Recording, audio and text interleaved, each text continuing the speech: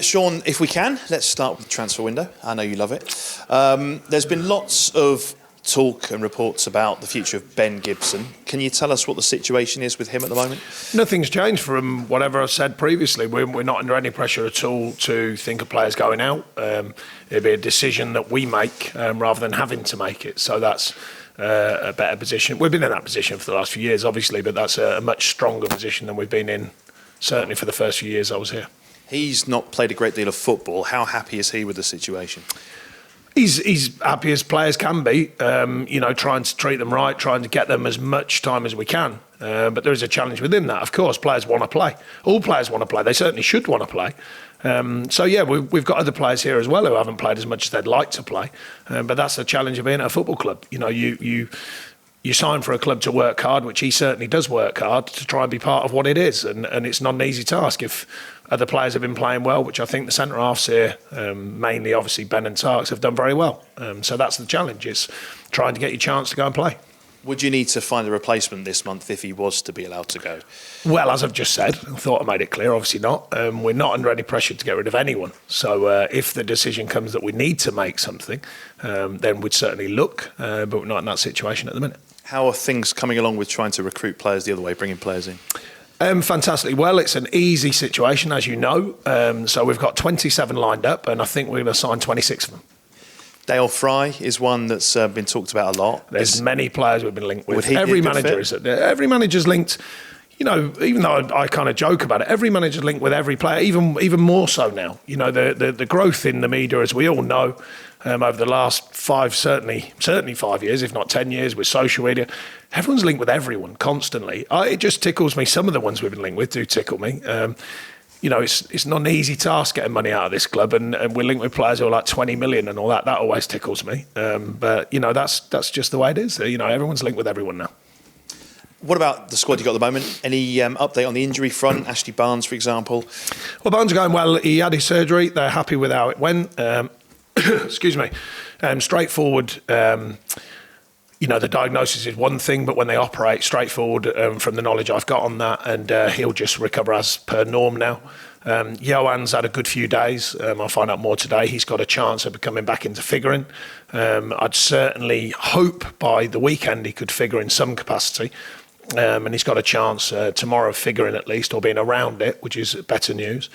And really now, we're kind of back, hopefully, to that one where we're trying to get players more sort of sharpness and true fitness after another spate of injuries. So we're hopeful that starts to happen again. Good result, obviously, at the weekend. I know you always look at performance. Was there anything in that performance that significantly improved from some of the previous matches?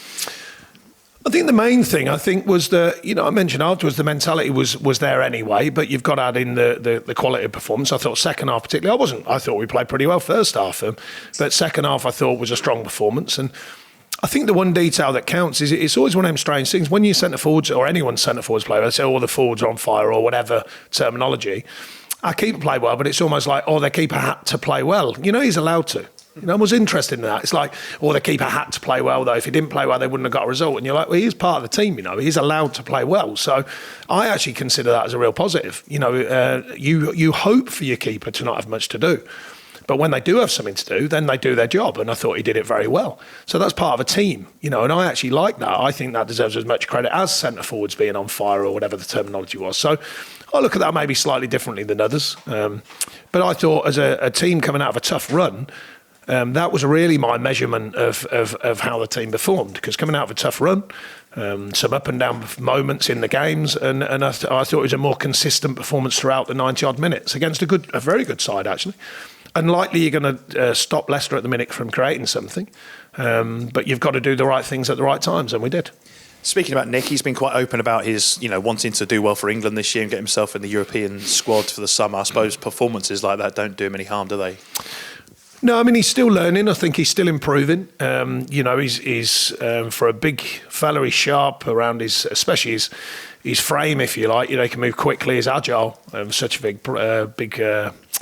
fella, and he comes off his line well and comes to take crosses, and he's always active with that. He's aggressive in his thinking with that. So he continues to perform and he continues to sort of round into a mature keeper. I've always said, in my opinion, keepers and centre halves particularly, they take a bit longer, I always find, to mature into what they become. So I think he's in a really, really good place at the minute and he continues to improve. What have you made of Manchester United this season? I know you've played them once and obviously looking on from afar. Yeah, I think they're still a good side. Obviously, they've still got some very good players. I think they're in some form of transition. I think it is interesting to see that even the top clubs, with the power they have, they still have these spells where they're remoulding it, or changing things. And Ollie will be doing that now. It does take time, and I think it's taken a big transition from Sir Alex, to where it is now, and it continues to be that. So I think for them, it's interesting. For me, we have to look at that all the time, constantly. How can we keep remoulding, re-improving? And they've got to look at that, or seemingly, from the outside looking in, it looks like they're doing that now. Not an easy task, even at their level, even with their financing, with their power to attract players. It's not easy to find a way of rebalancing, re-energising, rejigging your squad every year. And, of course, their demand is to be right at the top. They're not currently there, but they've shown signs, they've shown patches, have been a very, very good side. So still a tough task going to Old Trafford, in my opinion. They will be without their standout player of the season in Marcus Rashford. Does that change the way they play when he's not in the team? Well, it's an interesting one with Rashford, I think, because he's become the standout. I think early season, I thought there was quite a lot of question marks about him, actually. But I know it's an instant business now, and he's a very good player. I think they've got a number of very effective players. They have pace, they can work on the counter. And like I say, I said about ourselves, I don't think any team's always a million miles away from good performances. They're certainly not. No, I think it looks to me like they're rebalancing, regrouping, re-energising, whatever the words they you can use from the outside looking in. Always looking, it seems, to find the signings or the next signings they think can make them back into a force. But I don't think they're a million miles away, personally.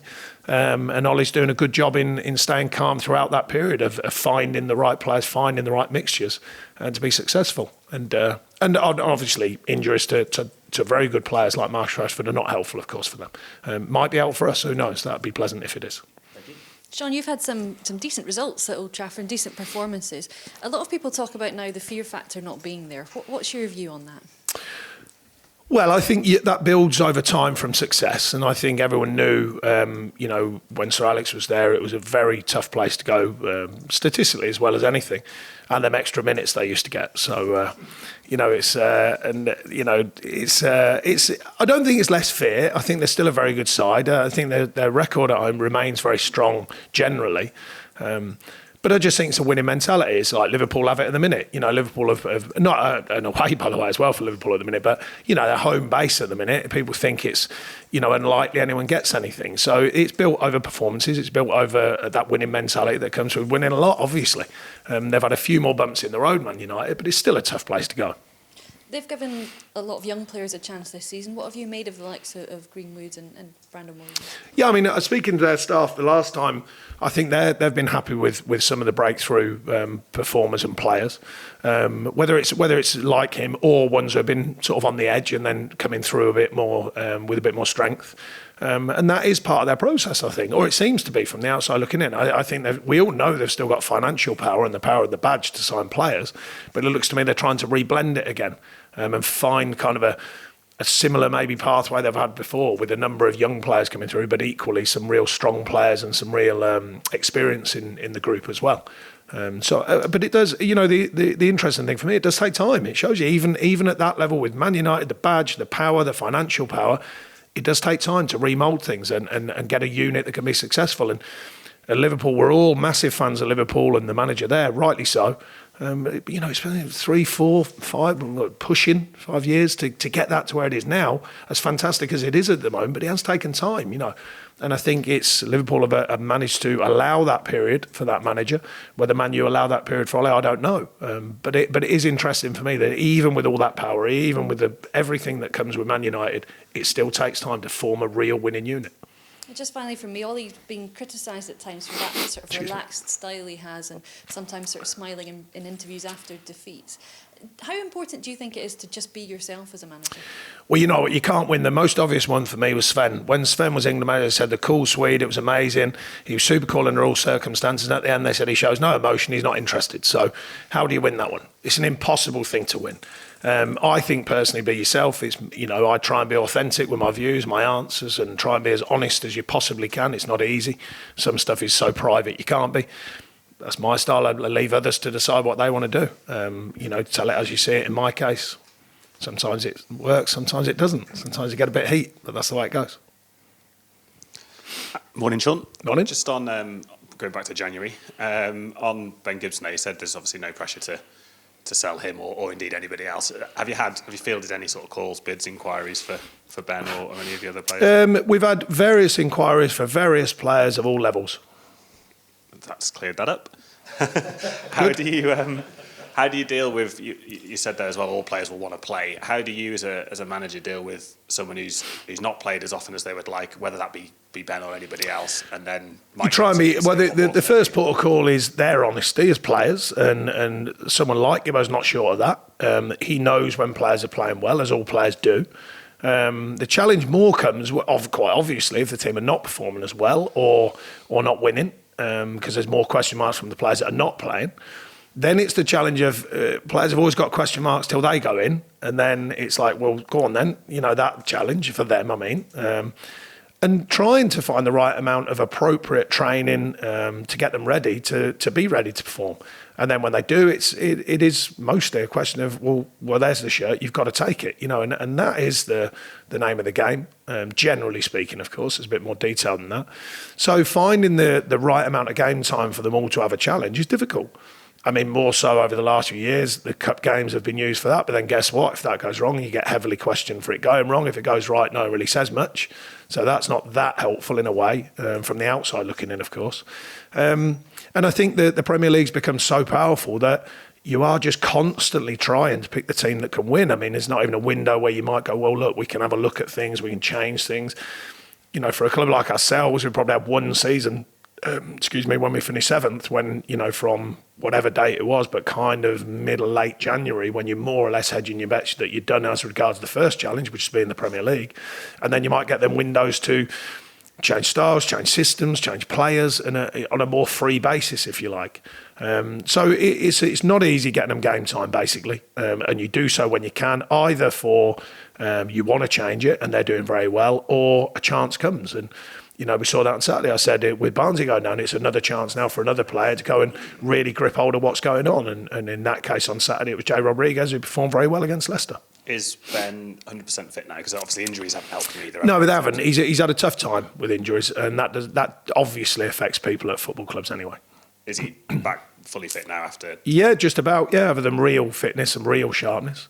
And obviously on players bringing in, we all know how tough that is. Do you, just by the nature of the January window, expect any deals to be done late on once? I've said all along, I think it's unlikely. You know, the true finance available, I'm never quite sure of. So I don't know where that lives as regards the power side of things. And it still comes down to alignment, whichever way you look at it. As I just suggested about Man United, they've got the badge, they've got the gloss, they've got the amazing stadium, they've got the financial power, and they can't always get the players they want. So when you put it in our terms, it's very difficult. I guess the nature of it, with there being a deadline of January the 31st, if, to use United as an example, they're struggling to get deals over the line, the domino effect, I guess, would lead to maybe more transfers being done in the last 2-3 days than well, previous sort of it can do. It doesn't always mean it's going to. The thing that wins the day usually is money.